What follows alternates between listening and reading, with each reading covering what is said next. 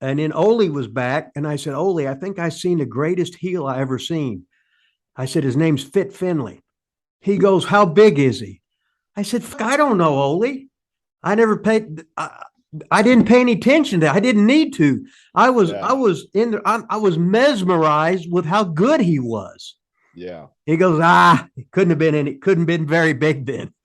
Well, Yeah. I Yeah. never. Well, there was a lot of narrow mindedness back then, too, because you had to be a big guy to be a star in some Right. people's Uh eyes. huh. Yeah.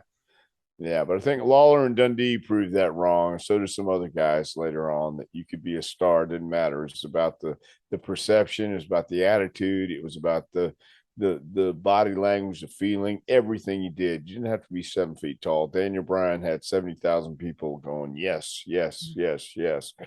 He wasn't a big guy either. Neither was neither were a lot of the top stars in the business back then. The funny thing about this is we're on this podcast and we got a passion for the pro wrestling business. We love this shit. I'd rather do this than any other. I don't give a shit about being a Major League Baseball, NBA superstar, a porn star, NFL, this or that. I just wanted to be a pro wrestler. Yeah. Yeah. Well, And yeah. and no matter what your styles is, if you love pro wrestling, you're over with me. We don't have to have the same styles. Right. Because you can only have a style of something you've experienced. Something right. We've seen.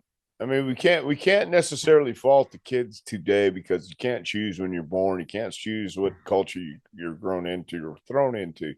But the thing that I've always said is the basics and fundamentals never go out of style. And that means you have to have something to stand on first. Then you can do the rest of the cool stuff. You can do cool stuff. Jimmy Snuka was one of the first guys I saw dive off the top rope. Remember when he came to Houston? And man, he did that splash and like nobody had ever seen it before. It was brand new and awesome. Then guys started doing the frog splash. Then guys started improving on that or expanding on that, whatever it is.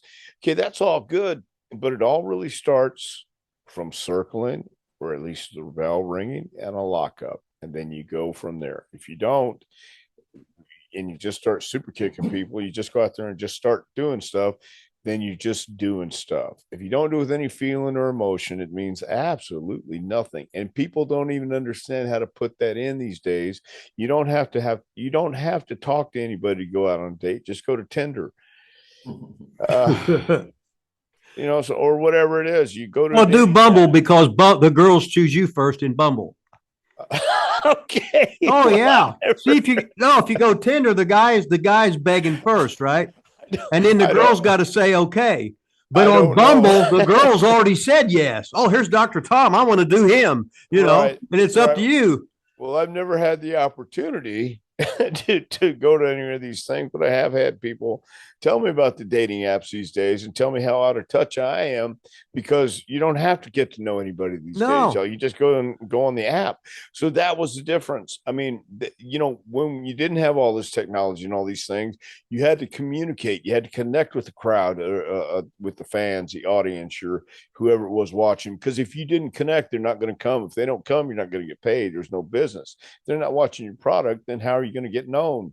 And these days it's a little it's a quicker pace, and that's because the world's at a quicker pace. You get your news cycle, lasts 3 days, I guess, whatever it is, but then it goes away and something else comes along. But that problem doesn't necessarily go away. It's still there, just nobody's reporting on it. You forget about it, so you get this new problem, your new issue, and that goes and it goes on to the next one. So same thing. I mean, that's what a lot of people see, and that's what a lot of people grew up with in the last 30 years at least. And so how do you make wrestling interesting again? Who are your Austins? Who are your Lesnars? Who are your Rocks? Who are your Mankinds? Who are your Shawn Michaels, Triple H's? The guys that really elicited emotion from the people, who got people to cheer, boo, cry. Eddie Guerrero, where's your Eddie Guerreros? Where are the guys where John Bradshaw Layfield come out and John's John, and he is so entertaining backstage. you just let him go. But some people interpret that differently. Some people say, oh, he's being a bully. No, he's looking for you to bully him back, or he's looking for you to talk back. He's looking for a promo back. All you got to do is promo back. And I don't think John legitimately wants to go in and was picking on anybody unless the guy was being a jerk.